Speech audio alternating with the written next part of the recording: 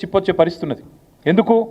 ఎందుకు అంటే జనవరి నెలాఖరు వరకు, అంటే మొన్న పోయిన నెలాఖరు వరకు రెవెన్యూ ఆదాయం వీళ్ళు 1,23,000 కోట్లు ఆదాయం ఆర్జించినారు. కానీ ఖర్చు పెట్టింది లక్ష కాదు, 1,23,815 కోట్లు వీళ్ళు సంపాదించినారు. ఖర్చు చేసింది మాత్రం 1,49,866 కోట్లు. అంటే రాబడి కంటే ఖర్చు 26,000 కోట్లు ఎక్కువ. ఏడబోతున్నాయి ఈ పైసలన్నీ? కొత్త స్కీమ్ చాలు చేయలే, ఒక్క మనిషికి కొత్త రూపాయి ఇయ్యలేను. మహిళలకు 2,500 అన్నావు, 2 రూపాయలు ఇయ్యలే. తులం బంగారం అన్నావు, మన్ను కూడా లేదు. రైతు బంధు వెయ్యవు, రైతు రుణమాఫీ చెయ్యవు, స్కూటీలు అంటావు ఇయ్యవు, ముసలోళ్ళకు పెన్షన్లు 4,000 చేస్తానో ఇయ్యవు. మరి ఎందుకు ఖర్చు పెరిగింది? ఎందుకు నువ్వు రాబడి కంటే ఖర్చు పెంచినావు చెప్పగలుగుతావా? అసలు ఎందుకు అప్పు చేస్తున్నావు? ఇవాళ మీకు మిగులు బడ్జెట్తో రాష్ట్రాన్ని అప్పచెప్తే నువ్వేం చేస్తున్నావు? ఒక సంవత్సరంలో 1,41,000 కోట్లు అప్పు చేసినావు నువ్వు. ఈ నీ రేవంత్ రెడ్డి చేతగాంతనం, కాంగ్రెస్ పార్టీ అసమర్థత ఇవాళ రాష్ట్రానికి ఆశనిపాతంలాగా పరిణమించింది. ఎందుకంటున్నా ఈ మాట?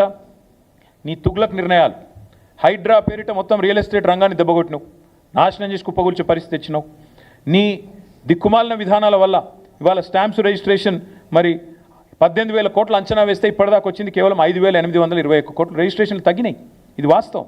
నువ్వు ఒప్పుకున్నా ఒప్పుకోకపోయినా నీ ఆదాయం పెరుగుతుండొచ్చు, నీ ఆస్తులు పెరుగుతుండొచ్చు, కానీ రియల్ ఎస్టేట్ రంగానికి నువ్వు పొడిచిన వెన్నుపోటు వల్ల, నీ దిక్కుమాలిన హైడ్రా వల్ల ఇవాళ రియల్ ఎస్టేట్ వాళ్ళు కూడా ఆత్మహత్యలు చేసుకునే పరిస్థితి వచ్చింది. వేణుగోపాల్ రెడ్డి అని మొన్న తమ్ముడు ఆత్మహత్య చేసుకున్నాడు. నీకు రాజకీయపరమైన కక్షల సెటిల్మెంట్ తెలుసు తప్ప రాష్ట్రాన్ని ఎట్లా ఆర్థికంగా బాగు చేయాలన్న సోయి నీకు లేదు. అందుకే కేసీఆర్ ఆనవాళ్ళను చెరిపేసే కుట్రలో వ్యవసాయాన్ని సాగు దెబ్బకొట్టినావు. మేడిగడ్డ రిపేర్ చేయకుండా 15 నెలలు ఎండబెట్టడం వల్ల వాళ్ళు ఏం జరుగుతున్నది? భూగర్భ జలాలు అడుగంటిపోయి వ్యవసాయం సంక్షోభంలో పడి చివరి మల్లకు కాళేశ్వరం నీళ్లు చివరి మల్ల ఎక్కడైతే ఉత్తమ్ కుమార్ రెడ్డి నియోజకవర్గంలో అందుతాయో అక్కడ మొత్తం ఎండిపోయే పరిస్థితి ఉన్నది. ఈరోజు కోదాడలో, హుజూర్నగర్లో, సూర్యాపేటలో, తుంగతుర్తిలో పంటలు ఎండిపోయే పరిస్థితి. ఇవాళ మీరు కాళేశ్వరం ఎండబెట్టడం వల్ల, కేసీఆర్ మీద కోపంతో మేడిగడ్డ రిపేర్ చేయకపోవడం వల్ల అదొక వైపు.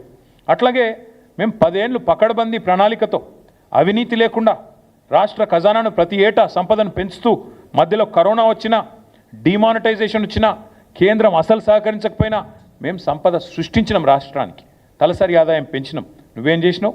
ఈ ఒకటే సంవత్సరంలో సావు దెబ్బ కొట్టి అన్ని రంగాలను కూడా నీ చేతగాంతనంతో ధ్వంసం చేసినావు. మీరేం ఎస్టిమేట్ చేసినారు?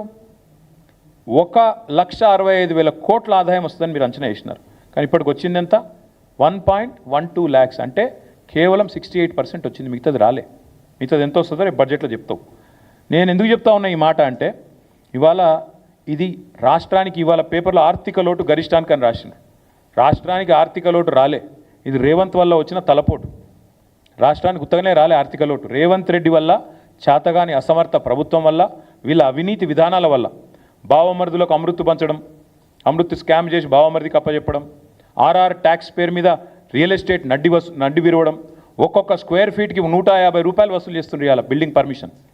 ఇట్లాంటి దిక్కుమాలిన విధానాల వల్ల, అప్పులు చేయడం వల్ల, కొత్తగా సంపద సృష్టించే తెలివి లేకపోవడం వల్ల ఇవాళ తెలంగాణ దివాలా తీసిన రాష్ట్రం కాదు, ఒక దివ్యమైన రాష్ట్రాన్ని దివాలా తీసేటట్టు చేస్తున్నది కాంగ్రెస్ ప్రభుత్వం, కాంగ్రెస్ వ్యవసాయ విధానం.